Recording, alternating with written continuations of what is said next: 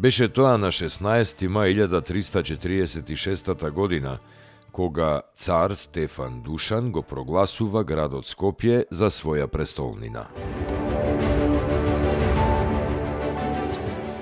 Беше тоа на 16. мај 1974 година, кога Киро Глигоров, како председател на Собранието на Социјалистичка федеративна Југославија, го прогласи Јосип Броз Тито за доживотен председател на државата.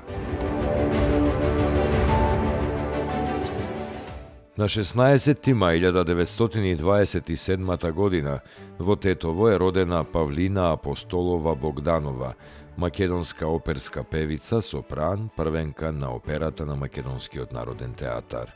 Таа дебитирала на оперската сцена во 1950 година со улогата на Мими во операта Боеми. Реализирала 40 улоги од класичниот, современиот и домашниот оперски репертоар.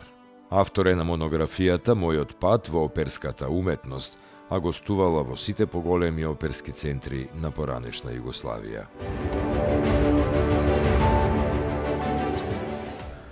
На 16. мај 1943 година во Тирана е погубен Илија Антевски Смок, припадник на напредното студентско и комунистичко движење. Бил вработен во монополот во Тетово, вонреден студент на правниот факултет во Белград, член на Комунистичката партија на Југославија и на Македонија, инструктор на окружниот комитет на Комунистичката партија за Македонија под италијанска окупација. Од јуни 1942 Илија Антевски Смок е принуден да живее илегално, а на почетокот на септември истата година заминува во партизани. На 27 април следната година е заробен во Новосело од балистите со уште 9 други партизани. Прво бил затворен во Гостивар, а потоа спроведен во Тирана.